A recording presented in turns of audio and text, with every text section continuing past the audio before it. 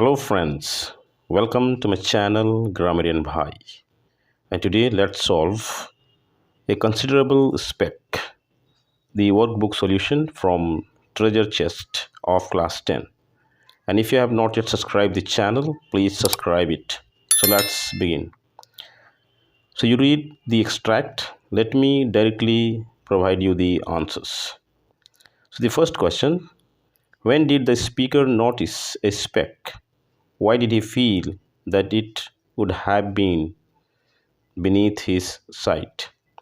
So the answer will be the speaker noticed a speck when he was busy or engrossed in writing on a white or blank paper of sheet. He felt that it would have been beneath his sight because when he stopped writing, then he noticed the speck. Second question, why did the speaker idly poise his pen in the air? So the answer will be the speaker idly poised his pen in the air because he noticed the speck on the white sheet of paper. Number three, what was strange about it that attracted the speaker's attention? What was the speck in reality?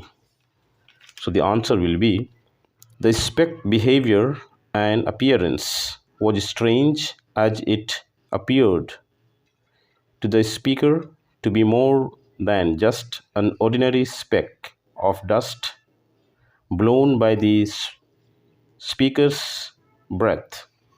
The speck was a living mite in reality. Number four, explain the meaning of the last line of this extract.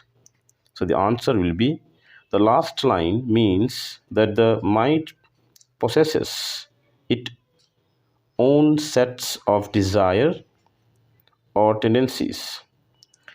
This suggests that the mite was not merely a passive object, but a living creature capable of independent action and decision making. Number five, explain briefly how does this extract justify the title of the poem. So the answer will be the speck becomes the focal point of the speaker's attention while writing on a white sheet of paper.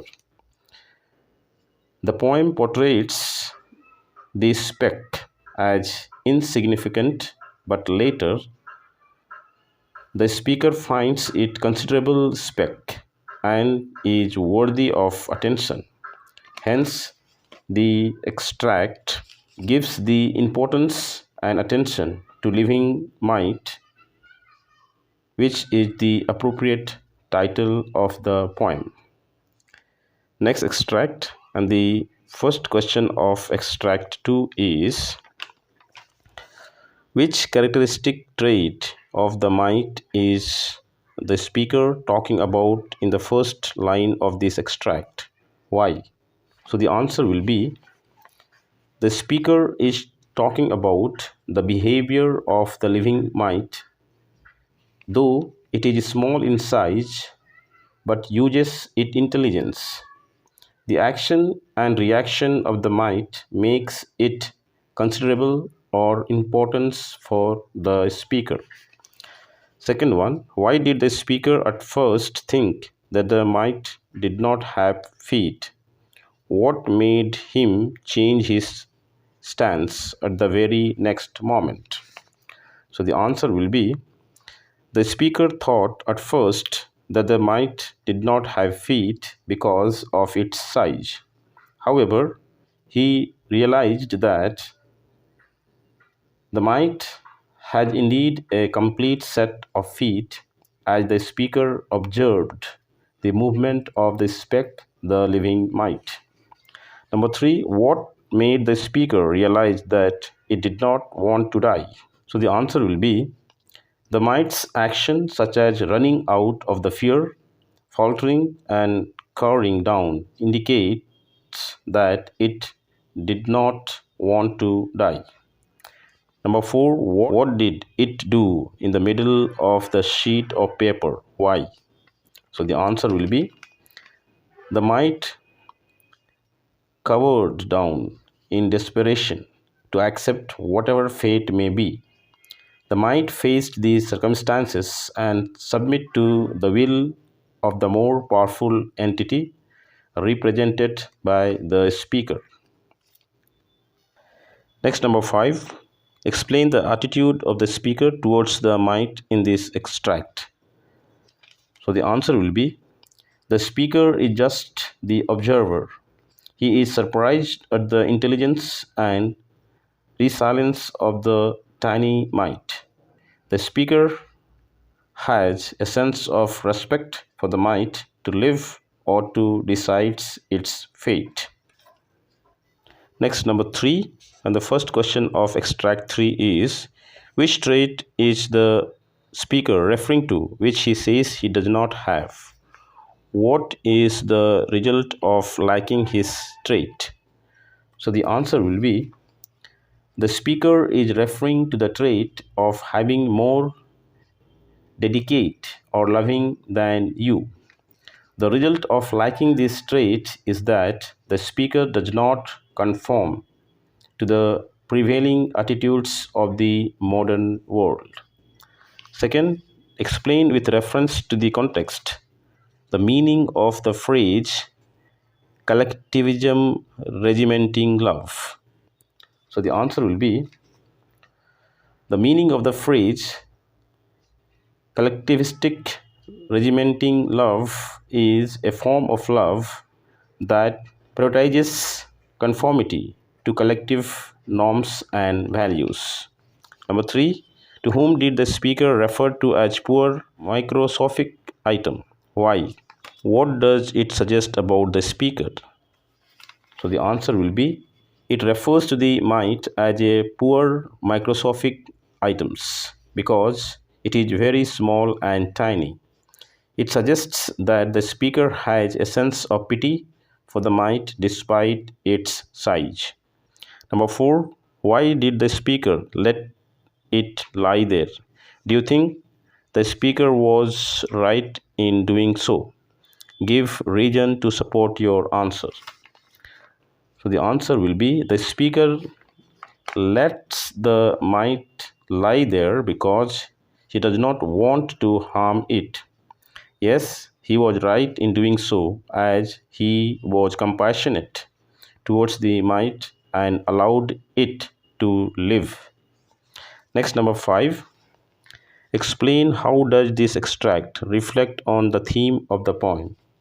So the answer will be, by letting the mite live, the speaker demonstrates compassion and respect for the small creature.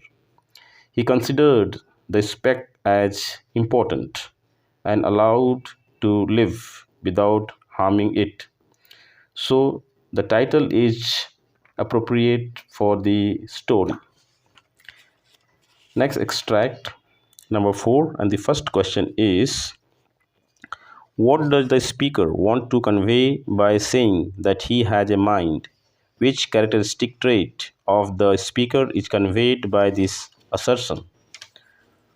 So the answer will be, the speaker wants to convey that he possesses intelligence, awareness, and ability to recognize these qualities in others. By this assertion, the speaker conveys about his traits such as intellectual curiosity and openness to encounter intelligence in various forms. Next question, number 2. Where does the speaker find the mind? In which guise does he find it? How does he recognize it? So the answer will be, the speaker finds the mind when he sees the living mite with fear, confusion, and tries to overpower desire to preserve its life.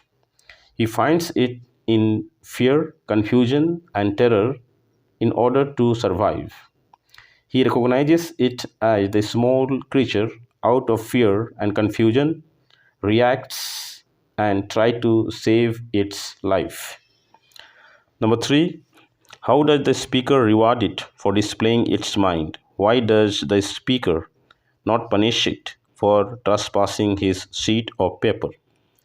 So the answer will be the speaker rewards life to the small mite by not killing it because it displays its mind by using its own mind and intellectual in the situation of terror and confusion and tries to save its life.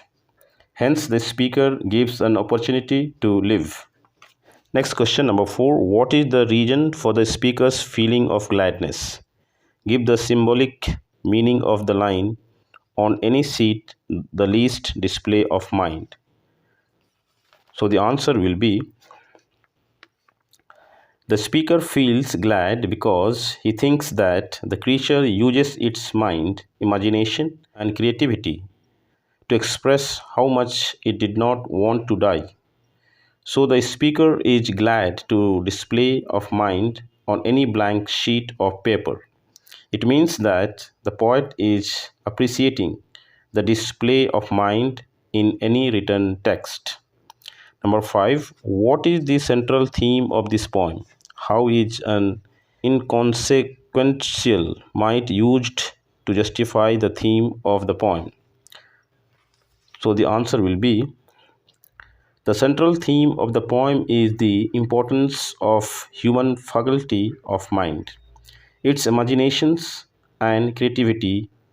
The poet recognizes and appreciates the use of mind by an inconsequential mind which appears on a sheet of paper, but the poet allows the living mind to live because it uses its mind, intellectual, and creativity like the human beings to live and survive.